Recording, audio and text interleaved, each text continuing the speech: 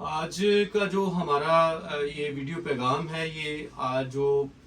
Punjab local government act 2025 اس کے حوالے سے ہے۔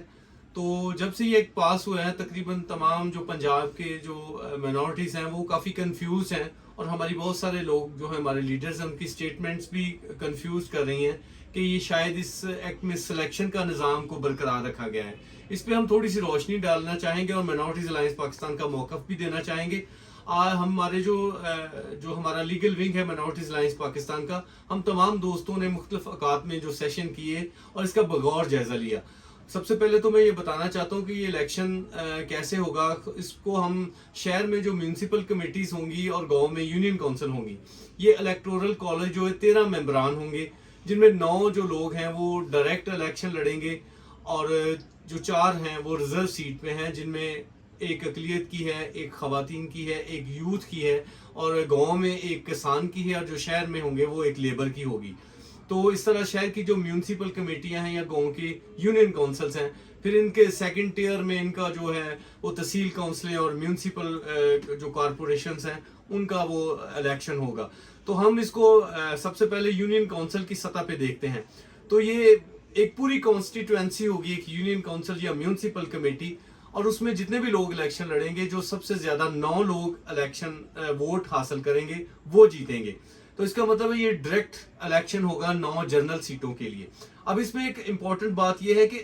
جہاں بھی مسیحی اکثریت میں ہے وہ جنرل الیکشن لڑ سکتے ہیں جنرل سیٹ پہ، اس پہ پابندی نہیں ہے کہ وہ مائنورٹی پہ ہی لڑیں گے۔ آپ جنرل، بلکہ حوصلہ افزائی کرنی چاہیے کہ ہم جنرل نشست پہ الیکشن لڑیں، کیونکہ جو جنرل نشست پہ جیت کے آئے گا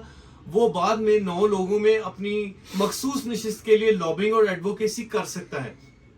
تو ہمیں کوشش کرنی چاہیے کہ ہم ان 9 لوگوں میں شامل ہوں، اور یہ 9 لوگ جو ہیں یہ کسی جماعت کے نہیں ہوں گے، یہ نان پارٹی بیسڈ الیکشن ہے۔ اور یہ جو 9 لوگ ہوں گے چونکہ آپس میں الیکشن لڑیں گے تو آپس میں کانٹیسٹ کر کے آئیں گے، تو یہ ڈیفرنٹ طبقوں سے بلونگ کریں گے، کوئی ایک پارٹی کے یا ایک لیڈرشپ کے تابع نہیں ہوں گے۔ تو دوسرا جو مخصوص نشستیں ہیں وہ انڈائریکٹ الیکشن ہوگا۔ یہ 9 لوگ جو ہیں یہ 4 لوگوں کا انتخاب کریں گے سب سے پہلے، جس سے میں نے کہا مخصوص نشستوں پہ جن کی بھی ہیں، اور شو آف ہینڈ کے ذریعے۔ تو یہ انڈائریکٹ الیکشن ہوگا، سلیکشن نہیں۔ سلیکشن میں تو کسی ایک بندے کو اختیار کیا جاتا ہے، جس طرح ایک پارٹی میں کہ وہ ٹکٹ جاری کر دیں پہلے سے ہی کہ یہ بندہ ہمارا تو اسمبلی میں پہنچے گا۔ لیکن یہاں پہ 9 لوگ جو ہیں وہ انڈائریکٹ الیکشن کے ذریعے خواتین، یوتھ، اقلیت اور کسان کو چنیں گے۔ پھر یہ 13 کا ہاؤس کمپلیٹ ہوگا، اور ان 13 میں ہی جو لوگ الیکٹ ہو کے سامنے آئیں گے، ان میں سے چیئرمین اور ڈپٹی چیئرمین کا جو انتخاب ہوگا۔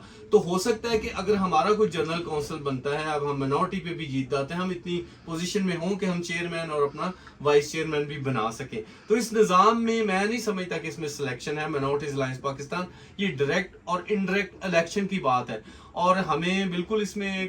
شامل ہونا چاہیے۔ ہم نہ صرف مخصوص نشستوں پہ جہاں پہ ہم یوتھ کی سیٹ لے سکتے ہیں، جہاں پہ ہم خاتون کی سیٹ لے سکتے ہیں، بلکہ کوشش کرنی چاہیے کہ جنرل الیکشن جو ہمارے لوگ چیئرمین کے امیدوار ہیں وہ پہلے کونسلر کا جنرل الیکشن لڑیں گے، اور لڑنے کی ضرورت بھی ہے۔ تو میں سمجھتا ہوں کہ جہاں اس کے بعد جو تحصیل کونسل، اگر وہاں پہ کسی تحصیل میں 3 سیٹیں ہیں تو اس قانون میں یہ بھی ہے کہ 2 میل مائنورٹی کے ممبر ہوں گے، ایک خاتون کو انکرج کیا جائے گا کہ وہ بھی، تو یہ بھی ایک خوش آئند بات ہے۔ اس میں ایک ہی وہ پرابلم ہوگا کہ جو نان پارٹی بیسڈ ہیں، تو میں سمجھتا ہوں کہ وہ کوئی اتنا ایشوز نہیں ہے، وہ بعد میں 30 دن کے اندر اندر جو لوگ ہیں وہ کوئی بھی پارٹی جوائن کرنا چاہیں گے وہ کر سکیں گے۔ تو ہم یہ سمجھتے ہیں کہ یہ سلیکشن نہیں ہے، آپ کو کنفیوز کیا جا رہا ہے، تو آپ کنفیوز مت ہوں۔ ایک جمہوری عمل ہے، لوکل باڈیز کے الیکشن سے ہمیں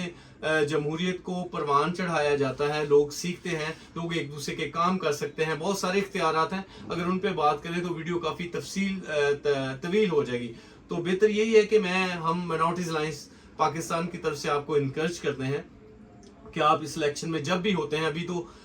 حلقہ بندیاں ہوں گی، دوبارہ سے الیکشن کمیشن کرے گا، نئی ڈیٹ آئے گی، تو آپ انکرج کریں لوگوں کو کہ وہ الیکشن لڑیں، آپ بارگیننگ کریں، پولیٹیکل بارگیننگ کریں، جو 9 جنرل کونسلر ان کے ساتھ بات چیت کریں، تاکہ وہ جب آئیں تو مخصوص نشستوں پہ آپ کے وہ